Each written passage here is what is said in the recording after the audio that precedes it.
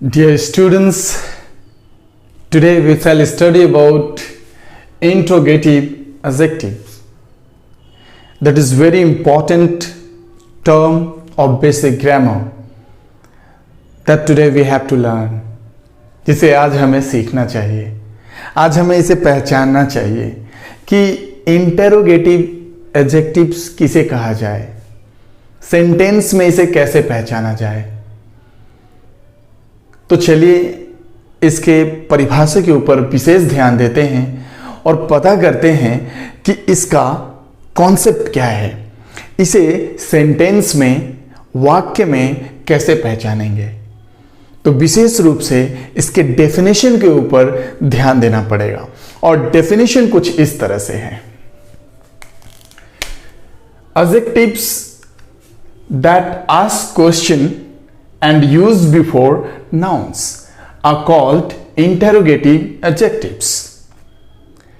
विशेष ध्यान देने वाली बात यह है कि ये जो इंटेरोगेटिव एडजेक्टिव है ना, ये प्रश्न पूछता है, लेकिन इसका प्रयोग में अंतर है। कैसे? वो एडजेक्टिव्स जिसका प्रयोग प्रश्न पूछने के काम में आए और एडजेक्टिव्स का प्रयोग हमेशा बिफोर नाउन्स होना चाहिए, राइट? मतलब नाउन के पहले ऐसे वर्ड का आना होगा जो प्रश्न पूछे, राइट? इसीलिए यहां पे बताया गया है adjectives that ask question and used before nouns are called interrogative adjectives. वो विशेषण जो नाउन के पहले आता हो और प्रश्न पूछता हो, वैसे विशेषण जो नाउन्स के पहले आता हो और प्रश्न पूछने का कार्य करता हो, राइट? ऐसे वर्ड्स को, ऐसे विशेषण को हम लोग इंटेरोगेटिव एडजेक्टिव्स कहेंगे। चलिए कुछ उदाहरण देख लेते हैं।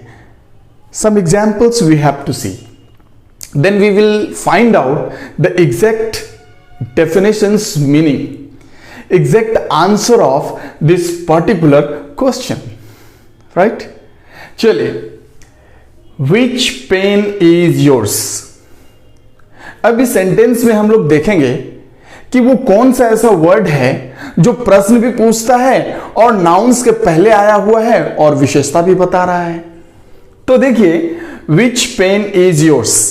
आप यहां देख सकते हैं द वर्ड विच, ये किसके पहले आया है? नाउन के पहले आया है। यही तो मैं बोल रहा था, adjectives that ask question and use before nouns. ये जो एडजेक्टिव है ना, ये प्रश्न पूछने का काम करता है और ये नाउन के पहले आया है, तो इसे हम क्या कहेंगे?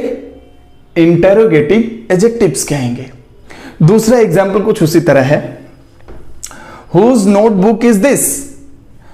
Whose notebook is this? अब इस सेंटेंस में हम देख सकते हैं whose को। ये whose किसके पहले आया है?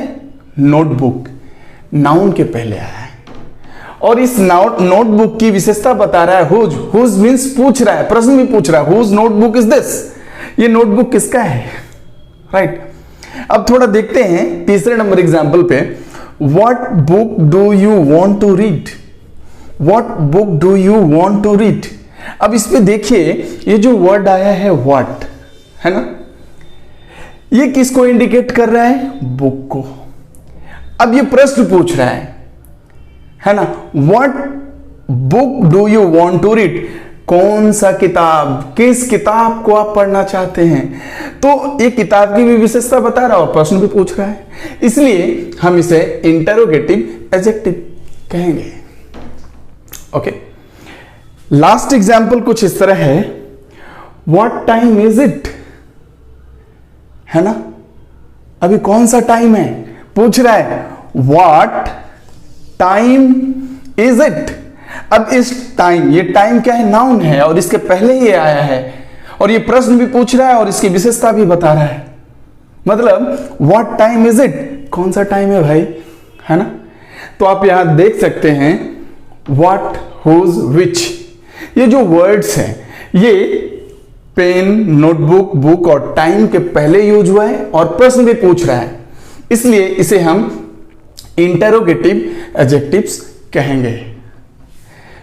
सो dear students and my friend, मुझे ऐसा लग रहा है कि आप लोग इसे समझ चुके होंगे। I feel that you have learned and it is very easy to learn, right? Because it needs practice. Without practice we cannot gain anything. So to gain anything in your life, that is need to be practiced, right? इसीलिए practice करना चाहिए, अभ्यास करना चाहिए। अभ्यास करके हम अपने राइटिंग स्किल को और स्पोकन स्किल को दोनों को इम्प्रूव कर सकते हैं। नेक्स्ट टाइम नेक्स्ट टॉपिक के साथ मैं अवश्य उपस्थित हो जाऊंगा और तब तक के लिए सुरक्षित रहिए।